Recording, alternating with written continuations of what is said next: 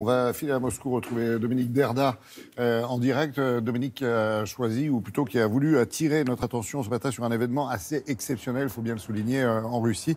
Un tribunal qui a fini par reconnaître qu'un homme accusé à tort était innocent. Et cela, Dominique, bonjour, c'est pas franchement courant. Hein. Non, Laurent, c'est le moins qu'on puisse dire. C'est pas si fréquent parce que la justice en Russie est une justice à charge, une justice qui est tout souvent aussi aux ordres du pouvoir. Mais il arrive que la machine répressive finisse par s'enrayer. C'est exactement ce qui s'est passé ici pour un homme dont on a déjà parlé dans Télématin alors que son procès venait de commencer. C'était l'été dernier. Il s'appelle Youri Dmitriev. C'est un historien qui depuis une trentaine d'années a mis à jour les fosses communes dans lesquelles les fosses communes dans lesquelles ont été jetés les corps des victimes de la répression stalinienne. Un travail de mémoire qui a fini par déplaire aux successeurs, aux descendants de ceux qui ont exécuté ces dizaines de milliers d'hommes et de femmes.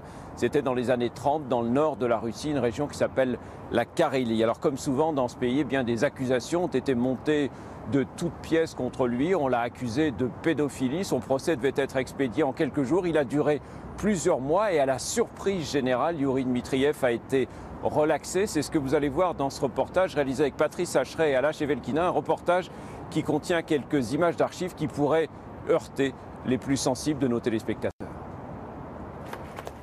À la sortie du tribunal, ses amis et ses proches ont encore du mal à y croire. Ils se bousculent pour l'apercevoir et le féliciter.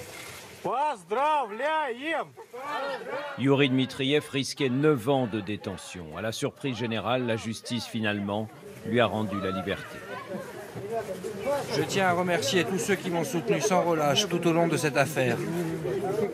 Sans vous, ils m'auraient dévoré.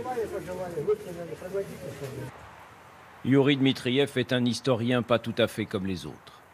Depuis une trentaine d'années, il a entrepris de répertorier dans les forêts de Carélie les fosses communes où ont été jetés durant la grande terreur stalinienne les corps de dizaines de milliers d'hommes et de femmes abattus. Des victimes qu'il s'est efforcé d'identifier une à une et auxquelles il a voulu donner une sépulture décente, comme ici à Krasny Bor, à une vingtaine de kilomètres de Petrozavodsk. Dmitri Tsvibel est un ami de toujours de Youri Dmitriev et il a une idée bien précise de la raison pour laquelle il a été arrêté en décembre 2016. Dès qu'il a commencé à s'intéresser non plus aux victimes, mais à ceux qui ont donné l'ordre de les tuer, à ceux qui les ont exécutés, à partir de ce moment-là, il a eu des problèmes. D'abord, on lui a simplement suggéré de passer à autre chose, et puis, comme il a continué, on l'a arrêté. Youri Dmitriev est accusé d'avoir pris des photos à caractère pornographique de sa fille adoptive, âgée à l'époque de 11 ans à peine. Des images retrouvées sur son ordinateur par un informateur forcément anonyme. La télévision russe accable l'historien et par la même occasion l'organisation de défense des droits de l'homme Mémorial, dont il est le représentant dans la région.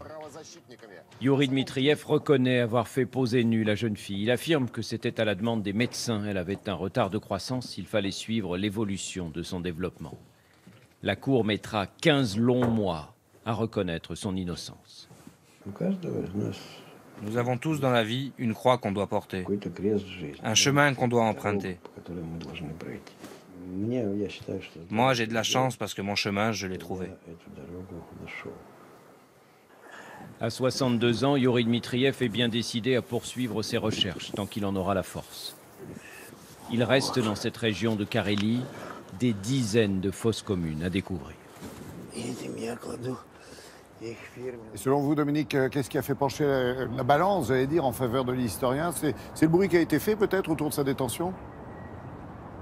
Oui, absolument. La mobilisation en son soutien, ceux qui ont inventé ces charges contre Youri Dmitriev n'imaginaient certainement pas que cette affaire aurait un tel écho en Russie, mais aussi à l'étranger. Pour vous raconter une anecdote, quand nous nous sommes rendus à Petrozavodsk, en Carélie, pour couvrir son procès, une journaliste de la télévision locale m'a demandé en quoi l'histoire de ce petit historien pouvait nous intéresser, nous, journalistes français. Si c'était pour faire pression sur la justice russe que nous étions venus jusque-là, ça vous donne une idée du climat qui pouvait régner autour du procès de Youri Dmitriev. Si son procès a duré aussi longtemps, c'est aussi parce que son avocat s'est battu pied à pied pour faire reconnaître l'innocence de son client. Et pour ça, il n'a cessé de réclamer des expertises indépendantes pour démontrer qu'il n'était pas pédophile. Et quand les experts sont prononcés en ce sens, eh bien, l'accusation s'est effondrée. Mais évidemment, une fois encore, en Russie, c'est exceptionnel. La plupart du temps, quand on se retrouve devant un juge en Russie, eh bien, on finit en prison.